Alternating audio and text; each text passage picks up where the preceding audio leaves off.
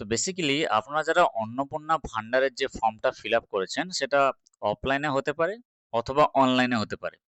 তো আপনার যে ফর্মটা সঠিকভাবে জমা পড়েছে কিনা এবং অন্নপূর্ণা ভান্ডারের যে স্ট্যাটাসটা এখন বর্তমানে আপনি যে ফর্মটা জমা দিয়েছেন সেটা সাবমিট হয়েছে কিনা বা রিজেক্ট হয়েছে কিনা বা স্যাংশন হয়েছে কিনা তার স্ট্যাটাসটা আপনি কি করে চেক করবেন সেটা কিন্তু আজকের এই ভিডিওতে আমি পুরো ডিটেলস একদম বিস্তারিত আপনাদের সঙ্গে আলোচনা করব।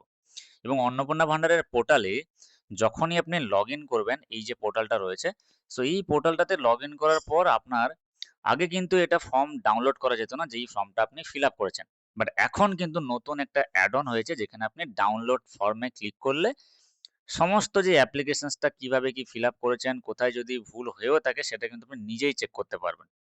ঠিক আছে? তো আমি স্টেপ বাই স্টেপ আপনাদেরকে দেখিয়ে দিচ্ছি কিভাবে ফর্মটা ডাউনলোড করবেন। প্রথমে এই যে অ্যাপ্লিক্যান্ট লগইন রয়েছে, এই অ্যাপ্লিক্যান্ট লগইনে আপনার জেলা নির্বাচন করবেন। যেখানে আপনার জেলা সেটাই কিন্তু আপনি এখানে সিলেক্ট করবেন। তো আমার জেলা হচ্ছে পূর্ব মেদিনীপুর, তো আমি পূর্ব মেদিনীপুর সিলেক্ট করছি। তারপরে আপনার যেটা রেজিস্টার্ড মোবাইল নাম্বার রয়েছে তো সেই মোবাইল নম্বরটা এখানে ইনপুট দেবেন। যেই মোবাইল নাম্বারটা দিয়ে কিন্তু আপনারা লগইন করেছিলেন এবং ফর্ম ফিল আপটা করেছিলেন। সেই মোবাইল নাম্বারটাই কিন্তু দিতে হবে। অন্য কোনো মোবাইল নাম্বার দিলে কিন্তু হবে না। মোবাইল নাম্বারটা দেওয়ার পর আপনাকে এই যে ক্যাপচাটা রয়েছে সেই ক্যাপচাটা ভালো করে দিতে হবে। তো 39 প্লাস 7 46 হচ্ছে, তো আমি 46 দিয়ে দিচ্ছি এবং রিকোয়েস্ট ওটিপি তে ক্লিক করলে কিন্তু মোবাইল নম্বরে একটা ওটিপি আসবে। ওটিপি দেওয়ার পর ভেরিফাই অ্যান্ড কন্টিনিউ তে ক্লিক করবেন। ভেরিফাই এবং কন্টিনিউ তে ক্লিক করার পর কিন্তু এখানে দেখুন অ্যাপ্লিকেশন সাবমিট, আবেদনটা আপনার সফলভাবে জমা হয়েছে, family level data collection form. ঠিক আছে? এটা তো নরমালি দেখাতোই। এখানে ইওর টেম্পোরারি অ্যাপ্লিকেশন আইডিটাও রয়েছে। হেড অফ ফ্যামিলির এখানে নাম রয়েছে। সাবমিশন কবে করেছেন সেটা প্রপার ডেট এবং টাইম সেকেন্ডটাও মেনশন রয়েছে। ওকে ডান বলে যে ঠিক আছে অপশনসটা রয়েছে তার পাশেই কিন্তু দেখুন ডাউনলোড ফর্ম। এটা কিন্তু এতদিন ছিল না। সরকার কিন্তু নতুন এই পোর্টালটাতে সংযোজন করেছে এই মেনুটা। এই ডাউনলোড ফর্মে যদি ক্লিক করেন তখন কিন্তু আপনার যে ফর্মটা ফিল আপ করেছেন সেটা সম্পূর্ণভাবে পিডিএফ ফাইলে ডাউনলোড হয়ে যাবে। তো আমি যখনই ডাউনলোড ফর্মে ক্লিক করছি তখন দেখুন ফ্যামিলি লেভেল ডেটা কালেকশন আমার কিন্তু অলরেডি ডাউনলোড হয়ে গেছে। এইটা এবারে আপনি যখন ওপেন করবেন তখন কিন্তু পুরো ডিটেলস একদম পিডিএফ আকারে আপনাকে দেখিয়ে দেবে। যেমন ধরুন এখানে government of West Bengal family level data collection form application acknowledgement receipt এই যে দেওয়া রয়েছে।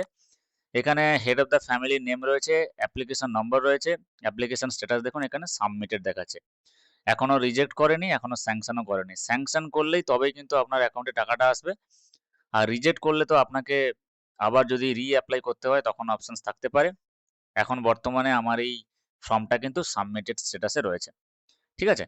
এবারে এখানে হেড অফ দ্য ফ্যামিলিতে আপনি কার ইনফরমেশনস কি দিয়েছেন না দিয়েছেন পুরো ডিটেইলস কিন্তু এখানে দেখুন মেনশন রয়েছে। আপনার গ্রাম panchayat, district, police station, full address, post office, block and municipality, pin code সমস্ত কিন্তু কিছু রয়েছে। এই যে ফ্যামিলি আইডেন্টিটি দেওয়া রয়েছে এখানে ফ্যামিলি মেম্বার্স মানে যার জন্য আপনি কিন্তু অন্নপূর্ণা যোজনা এপ্লাই করেছেন সেই মহিলাদের জন্য, তো এখানে কিন্তু আপনার পুরো ডিটেইলসটা মেনশন রয়েছে। ইনকাম এবং প্রফেশনে কিন্তু আপনার যে অন্নপূর্ণা ভান্ডারে এপ্লাই করেছে যিনি অন্নপূর্ণা ভান্ডারের গ্রাহক যে পাবেন টাকাটা, তার এগেইনস্টে যে আপনি ফর্মটা ফিল আপ করেছেন সেটাও কিন্তু মেনশন রয়েছে।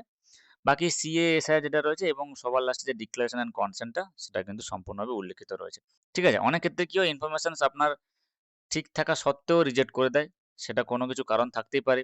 ডকুমেন্টেশন এর ইস্যু থাকতে পারে। হুম? এবার যদি ডকুমেন্টেশন ইস্যু না হয় সেক্ষেত্রে ডকুমেন্টেশন এ হয়তো ঠিক আছে, ফর্ম ফিল আপে আপনি ভুলভাল কিছু করেছেন সেজন্যও রিজেকশন হতে পারে। তো রিজেকশন এর বিভিন্ন কারণ থাকতে পারে। এখনো অব্দি রিজেকশন এর কারণ যদিও জানায়নি, যদি ফর্ম রিজেক্ট করে দেয় তাহলে রিজেক্ট হয়ে যেতে পারে।